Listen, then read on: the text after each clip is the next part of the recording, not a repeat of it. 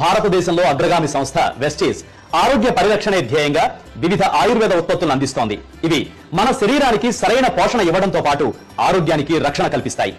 మానవాళికి స్వచ్ఛమైన ఆహారం, నీరు, గాలి అందించడంతో పాటు సమాజంలో ప్రతి ఒక్కరి జీవన ప్రమాణాలు మెరుగుపరచాలన్నది సంస్థ ఉద్దేశం. 6 మాత్రమే ఇక్కడ టీడీఎస్ కడుతున్నాం. ఇంతమందిలో 6 కడితే దేశ పరిస్థితి ఏంటో చెప్పండి. అందుకని మోదీ ఏం చేశాడంటే 2016న అది చట్టం చేయడంతో అందరికీ టీడీఎస్ కట్టేటువంటి అవకాశాన్ని ఇచ్చాడు. కొట్టండి. ఇప్పుడు 2025 నాటికి అందరూ టీడీఎస్ కడుతుంటారు సార్. ఎవరైతే తెలుసుకుని దీంట్లో అడిగెట్టి ముందుంటారో వాళ్ళందరూ టీడీఎస్ కడుతుంటారు, నో డౌట్. ఇప్పుడైతే వెస్టేజ్లో 189,000 మంది కడుతున్నాం. టీడీఎస్ 189,000 మంది కడుతున్నాం. 2025 నాటికి అట్లీస్ట్ దీంట్లో ఒక 30,000 మంది అనండి, ఎంత 65,000 కోట్లు టర్న్ ఓవర్లో అట్లీస్ట్ మనము ఆఫ్ ఆఫ్ ది ఆఫ్ మనమే చేస్తుంటాం. నో డౌట్ వెస్టేజే ఉంటుంది, నో డౌట్. ఎందుకంటే ఆయన చెప్తున్నారు కదా, డైరెక్ట్ సెల్లింగ్ టాప్ 10లో ఉంటుందని చెప్తున్నారా? దీపక్ శుద్ధ్ గారు చెప్పలేదా? చెప్తున్నారు కదా, టాప్ 10లో ఉంటాం కాబట్టి ఆఫ్ ఆ 65,000 కోట్ల రూపాయల్లో మనం 30,000 కోట్ల రూపాయలు మనమే టర్న్ చేస్తాం. అందులో ఏమాత్రం తేడా లేదు. కొట్టండి, వెస్టేజ్కి నాజుక్ కాదు.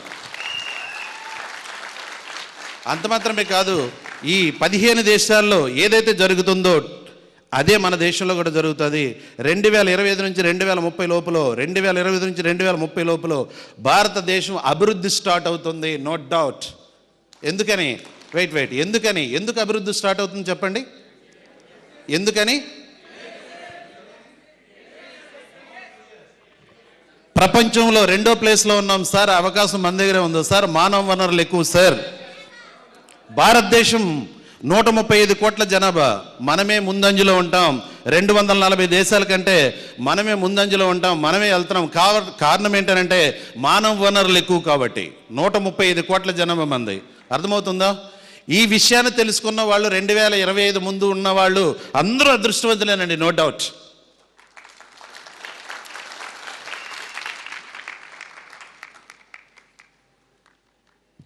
కారణం ఏంటంటే ఎందుకు అదృష్టవంతులు అంటే, ఇక్కడ రాజమండ్రి నుంచి రమ్మంటే 4 వచ్చాం, విజయవాడ నుంచి రమ్మంటే 15 మంది వచ్చారు, లేకపోతే ఖమ్మం నుంచి రమ్మంటే ఒక 300 మంది 400 మంది వచ్చారు. ఎవరు మీ మాట వినరు. ఇప్పుడు ఎందుకో తెలుసా? ఎవరు వినరు.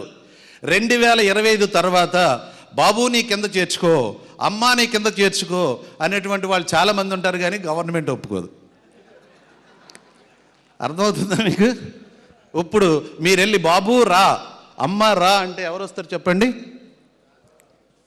ఒక లాజిక్ చెప్తాను, జాగ్రత్తగా వినండి. డబ్బులు సంపాదించాలంటే అందరూ సంపాదించలేరు.